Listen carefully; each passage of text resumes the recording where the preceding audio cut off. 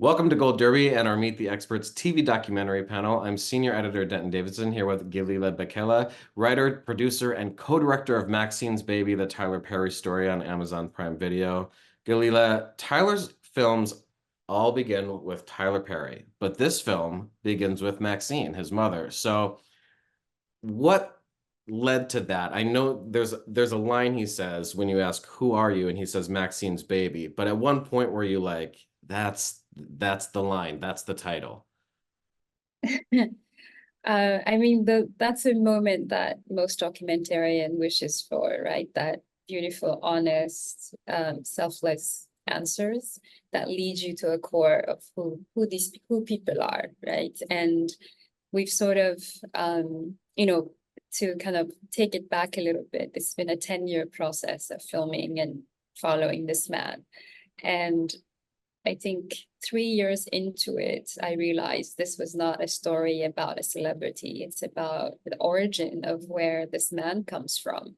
And more, the heart and soul of who he is his mother became more and more revealing. So when he gave us that, lovely moment, Maxine's Baby was just like the icing on the cake. I mean, well, it really takes us from the trauma he had suffering as a child from abuse, growing up poor, and going on to become one of the biggest entertainment moguls in Hollywood. And he also happens to be the father of your son. So, that's complicated. How do you present this idea to him? I want to make a documentary about your life. And how receptive was he to you about that idea? Yeah, well, initially it wasn't for the purpose of making a documentary. I was working on another doc that was shooting in my homeland, Ethiopia, and it had its own challenges of shooting in rural parts of the world. But I did notice something special was happening. I've had for many years a front row seat and the privilege of watching this man design his dream and take chances constantly. And when, he acquired Fort McPherson Army Base and the idea of turning it into a major film studio, I've never heard of anything like that before. So naturally, when you're a filmmaker, you pick up a camera and want to document this moment. And it was for a purpose of archive. I am not American by birth. I am American. I live here. I love this country, but I also know the disproportionate side of the available archive of this country's history. And a huge chunk of the African American contribution is missing. So I wanted to make sure that this moment wasn't missed. And also, I think when we look at people like Tyler who've achieved so much, we know a little bit of the beginning, which is like the origin story, but the middle is missing, and then you know where they are now. And for people who sort of want to follow his footsteps or just don't even understand where he comes from, I think it was important to kind of see all the glimpses of like who this man is and the complicated moments and the gray areas of like what makes and breaks your life and your dreams. So that's kind of how it started. And I think second year into it, I was like, okay, this could be a documentary. And I asked him, I said, I think it needs to be a documentary about you. And I didn't say it in the way that I wanted to do it. I never felt I was worthy or capable enough to tell this massive story. And he said, okay, great. Why don't you make it? I was like, okay, let's see how this works. So I kind of had to approach it from like an anthropology kind of way of like dissecting not only about like where he is, but like his origin, where he comes from, his culture, why his work resonates so much with his fans, and also like the criticism as well. So I had to really make sure you create a space for polarity. If not, I knew it was gonna be a film that was fully told. Yeah, you really do address the critics. I mean, even in the first few moments of the film, we see some of that, and then you dive deeper into it later. But even particularly from the Black community, that had strong criticism. I think it was like Spike Lee who had said something, compared it to buffoonery, some of Tyler Perry's work as Medea. But, you know, as he's opening that studio, then we see that Spike Lee soundstage. So there's obviously some sort of relationship between the two, and respect, despite that sort of rocky start into Tyler's career. Yeah, I think, you know, it would be unfair for me to comment on like the friendship or relationship or perspective of the two men. But what I do realize is that,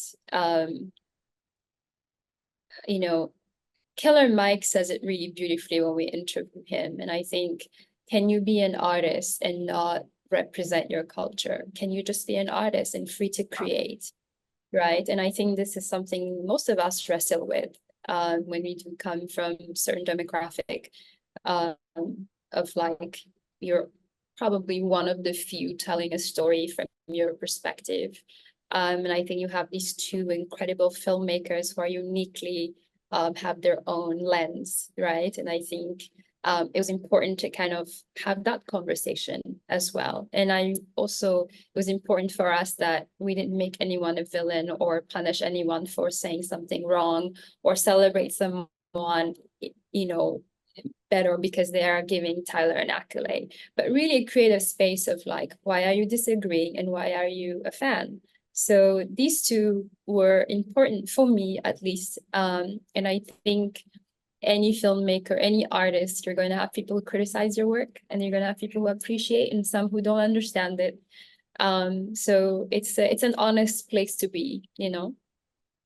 And you've got some great archival photos and videos of Maxine. So we get to meet her and see her and hear her voice. Talk about the discovery of that. And, you know, for knowing this man for so long, what surprised you about what you learned in this process? Well, we stumbled on this mini DVs of Maxine. Armani and I, my co-director, just took a box of like archive footage from the studio without permission. And we had to convert it digitally to see what was on these tapes.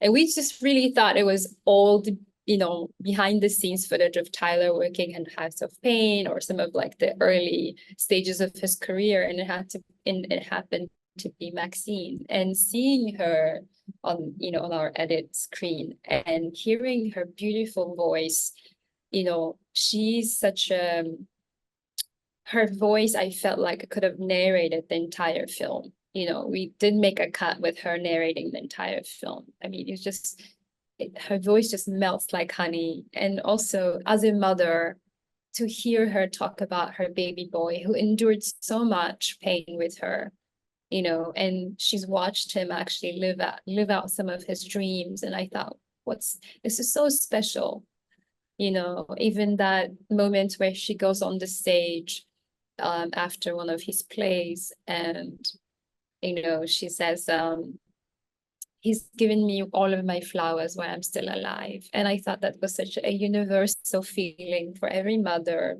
for any parent. And also, I wanted to reveal more about New Orleans and where he comes from. And his cousin Lucky is also a big part of that. You know, he has such, I think the first time we interviewed him, I asked him, like, tell me about what makes people from New Orleans so special. And he's like, we put our money in our mouth, and he like opens his grill, you know, and he has this beautiful accent and swag, which made it so unique for me, at least. And him talking about his cousin and how they grew up, and also like the truth about what he endured as a child. And I think also seeing the abuse from a kid's perspective of like watching Tyler be abused by his you know, the father figure, and also like his mom, which is sort of the inspiration behind Medea, was so amazing to hear that part being narrated and shared. And I understood a little bit more about Tyler's work and what what inspired a lot of like his characters and his films and his projects.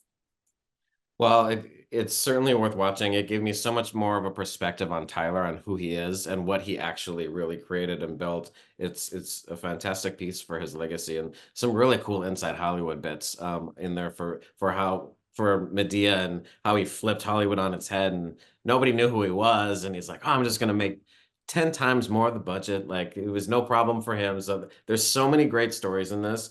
Everyone go check it out on Amazon Prime Video. And Gelila, thanks for joining our TV documentary panel today for Maxine's Baby, the Tyler Perry story, and good luck this Emmy season. Thank you. It's a pleasure. Thank you.